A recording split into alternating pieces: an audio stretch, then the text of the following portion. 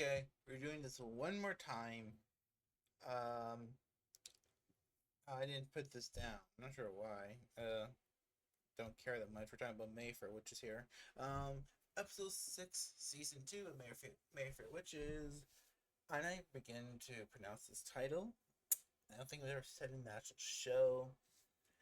But, our gang, our main quadruplets of characters, they've made their way to Scotland. And I'm gonna be honest, I think this is the worst episode of the season. Even more than the one where everybody was stuck in the house. This was just boring. I mean, honestly, this was the most boring episode. I falling asleep a couple times trying to watch it. uh, but episode picks off where the last one goes. Rowan, Moira, Cortland and what's her name? What's her name? Larkin. They go to Kilbride, Scotland. They get on the boat. They take a car. They get a fat tire, and then they make their way to Kilbride, and they're having their annual festival, which is supposed to be in tradition to Saint Michael, the archangel, but instead it is much more of a pagan ritual.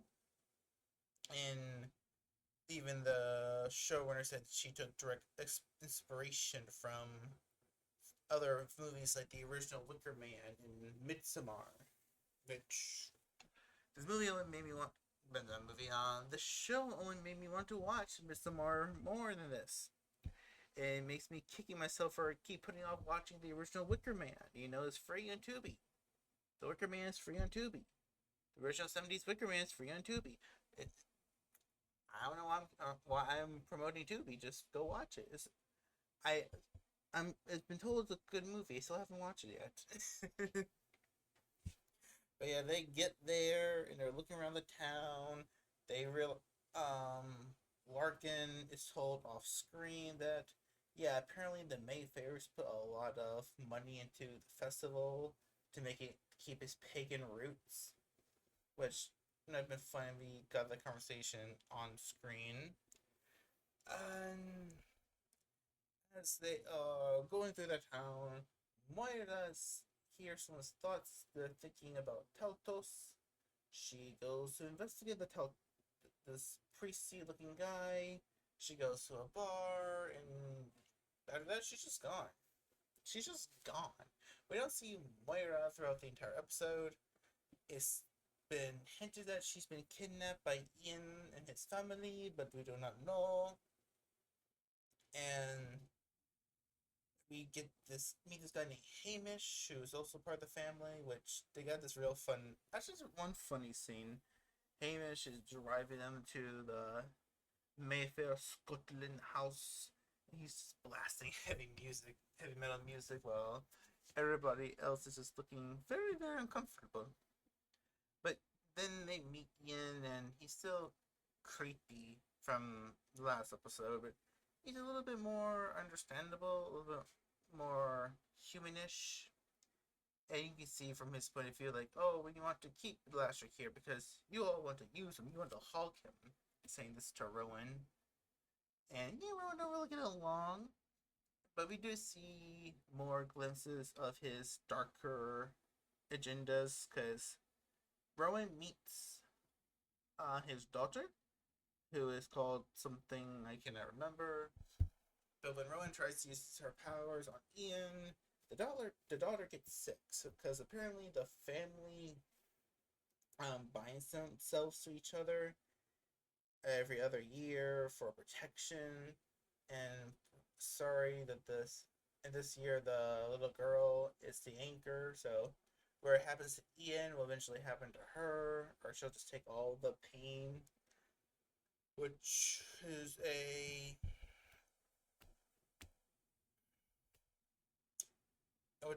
good way to try to keep Ian in the show and give Rowan a reason not to just kill him and his family. It's just we never saw this kind of magic any other time this season or last season, it feel it's giving major. Actually, I made this comparison in my season one review. This is giving major, not interview with the vampire. This is giving major Vampire Diaries vibes because one of the main spells, not one of the main spells, the spell they use all the time in the Vampire Diaries was um, the characters bonding themselves to other characters so that they couldn't get hurt or something. Like it, like the whole big plot point for the last two seasons was Bonnie was bonded to Elena, so Elena would forever be in her coma until Bonnie dies and something something. It's like I don't want to watch the Vampire Diaries again. Not this. But all that's going on. Rowan tries to make bread with Hamish because he's kind of like the black sheep of the family. He gives her this little pinpoint of, hey, go here, do this. She takes up on it to the end of the episode. Oh, Larkin, I actually kind of like this scene because, well, I like him, but I don't like it because he is just sitting in the big family house. He's trying to talk with some locals. They don't really like him. This girl flashes him her badge, and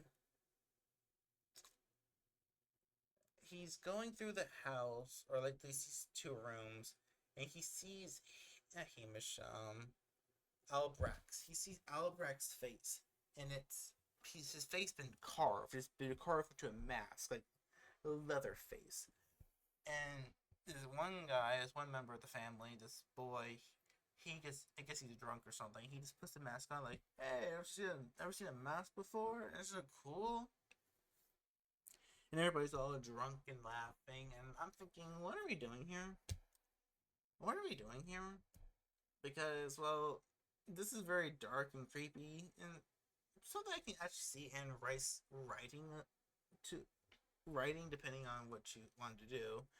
This does not feel like the Mayfair witches. This is, I mean, the whole episode is taking inspiration from Midsommar, Wicker Man. This is stealing right out of the Texas Chainsaw Massacre, and I'm going to really say stealing because it's the face, it's the creepy family. We got the abused member of the family who doesn't really care about his siblings, kind of like Leatherface. And I'm pretty sure we're gonna meet some weird old age person who can barely be alive but actually is alive. So we'll have a grandpa character. I mean, this whole movie, not whole movie, this whole episode is just referencing things I'd rather be watching. And I reference them in a good, unique way because they're not taking these things and trying to make it their own or put some kind of unique spin on them.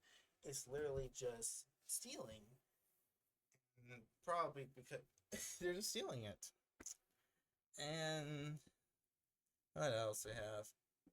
Now there is one good scene with our quote unquote heroes, and we have Cortland talking to Ian, and they're trying to make peace with each other, basically saying how Julian was a piece of shit father, that he pinned the brothers against each other. He told one, hey, he's doing great things in America, so you have to step up.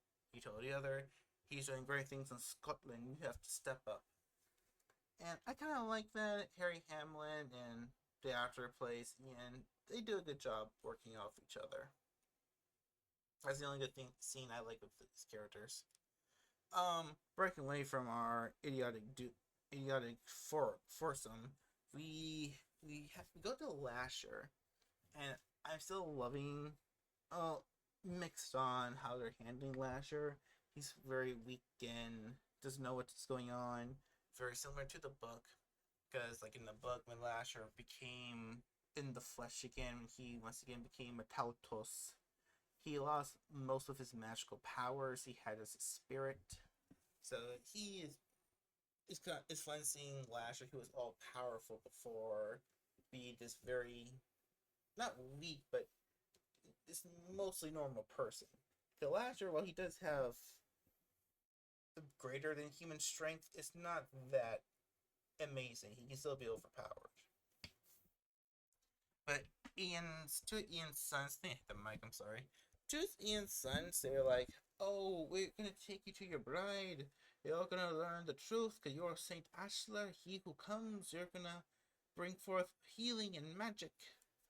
And Lasher's like, I don't know, why am I here? I want to talk to Rowan. Rowan's not good for you. We're gonna take you to your true mate.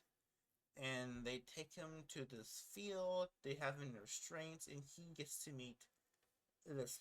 We don't really see her. She's off in distance. She has a robe. She has this like gown over her face. But we're told that that is Emeleth. Now, this is something very big from the books because Emeleth. There was two Emeleths in the novel. The original Emeleth was the female Taltos Lasher mated with right before he was murdered in his first life. We're not really. I think she actually was his sister, if I remember correctly. And it's just this weird effed up scene because Taltos, can we see in the show, once they get near each other, um they get all horny and bothered. They're like their breeding king, full on breeding instincts take over. And like I said in other video, last video I want to say, and Taltos breed, it's not like it's not like it's gonna take 9 months. No. When the Taltos baby juice meets with the yolk, it's it's like almost instantly, like within a few minutes, the baby is fully growing in the mother, and then a few minutes later, it's shooting right out. So you can make a bunch of Taltos in one day, and that's what happened to Lasher.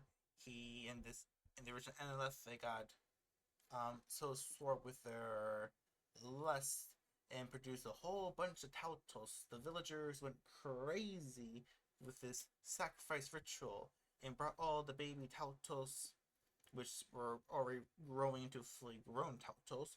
They brought them all to this field, stoned them, and burned them for years of great fertility in the land and health. And presumably, from what the people in the show are acting like, that's probably what they're going to do here as well. And the last sure.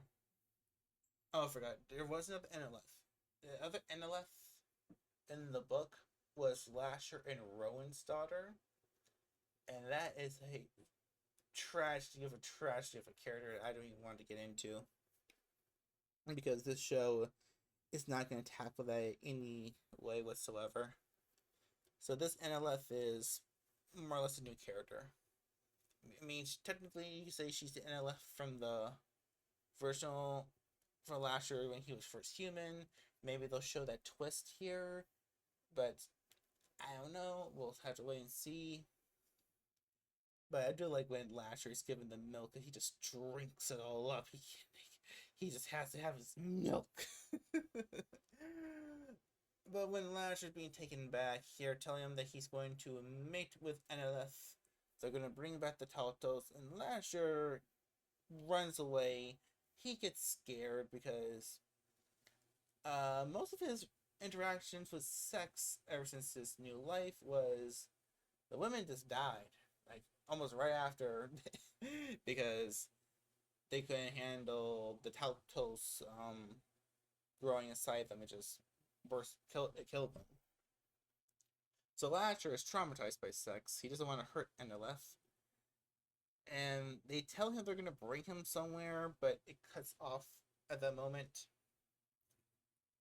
And at the very end of the episode, after Lark and Rowan have some sexy time, because she needs to convince him to stay just a bit longer, because he is rightfully freaked the F out.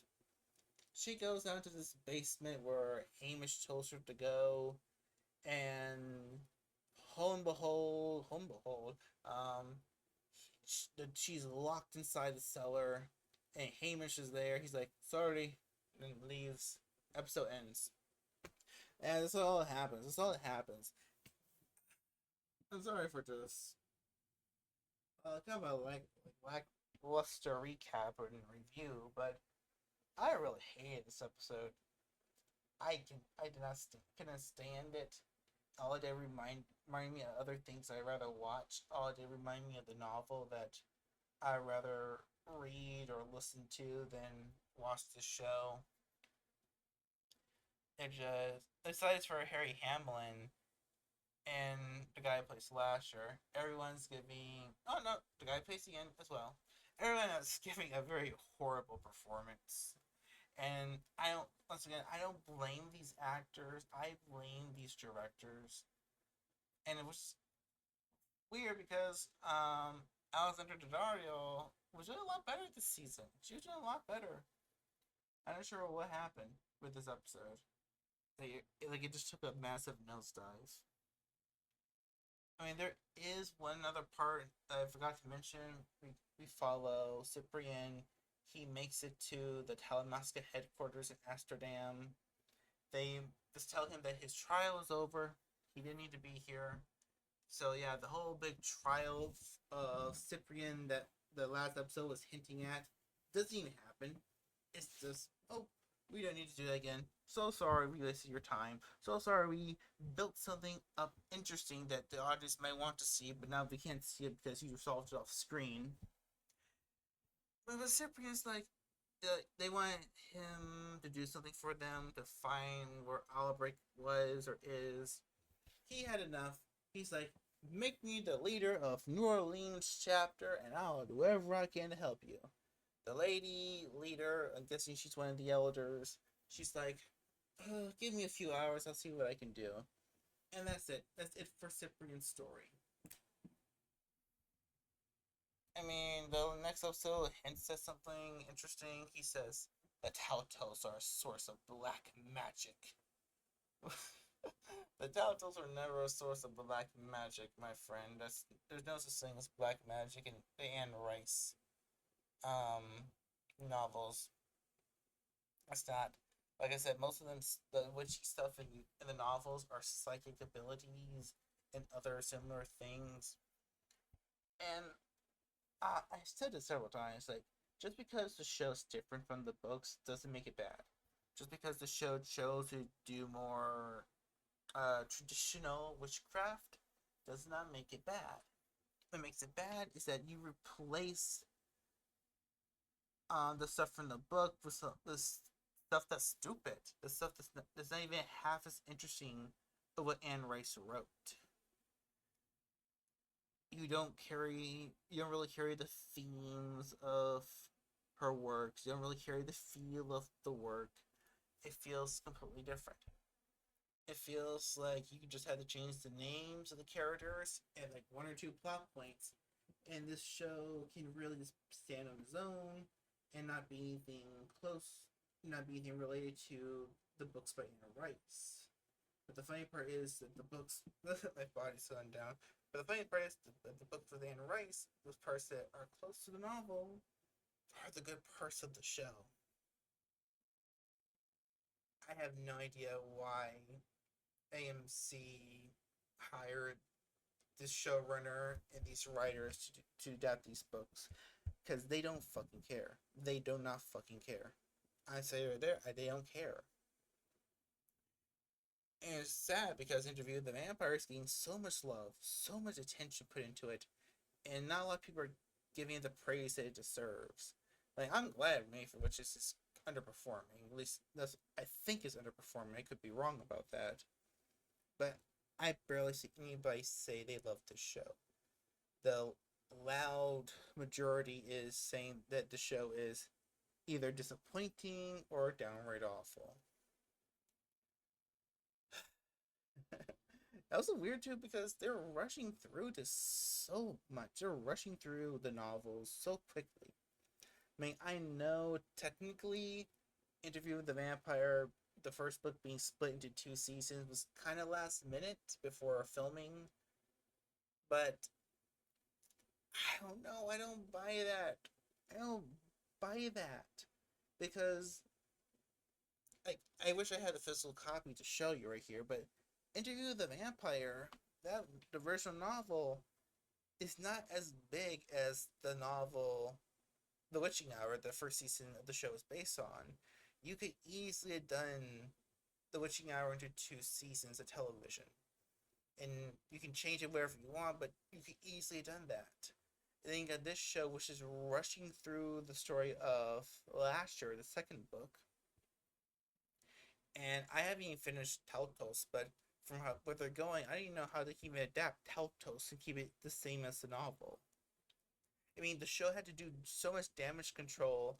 The actress who plays JoJo had to say, "Yeah, I was a big fan of the books, and I just had to set the show something different." Like I'm pretty sure she did not just say that just to say it. They had to say, "Hey, you need to say that as a book fan you like the show because nobody's watching it. We're getting so much crap for everything that we're doing, and deservedly so. This show is awful, and I fear so much for that Talamasca show, which the more I hear about it, it sounds like it's gonna be awful. I mean, I don't know the relationship AMC has with Anne Rice's estate. It seems to be pretty shaky, which is this is awful, but I can control those emotions. I can control those feelings.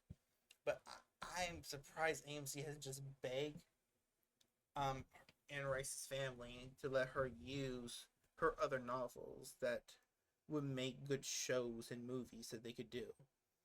Like a whole show based off Ramses the Damned would be so freaking interesting. Anne Rice has her own novel, her own werewolf novel, which I haven't read. I have, which I haven't read it. That you could do. You could introduce her version of werewolves in these shows without having to do her book first. That book first. Like I'm just so pissed off of what could have been. I am just so pissed off what could have been. I mean, we had Interview with the Vampire. That show's amazing. Mayfair Witches is just a complete letdown. It is. It is in every single sense of the word. I'm gonna go because I'm tired. I need to get some sleep. I have something very special to do tomorrow. And this show is a piece of shit. That's just what it is. That's the truth. I'm sticking to it. I'm your Hanyo, your Demon Cinephile, and I love you guys. See you later.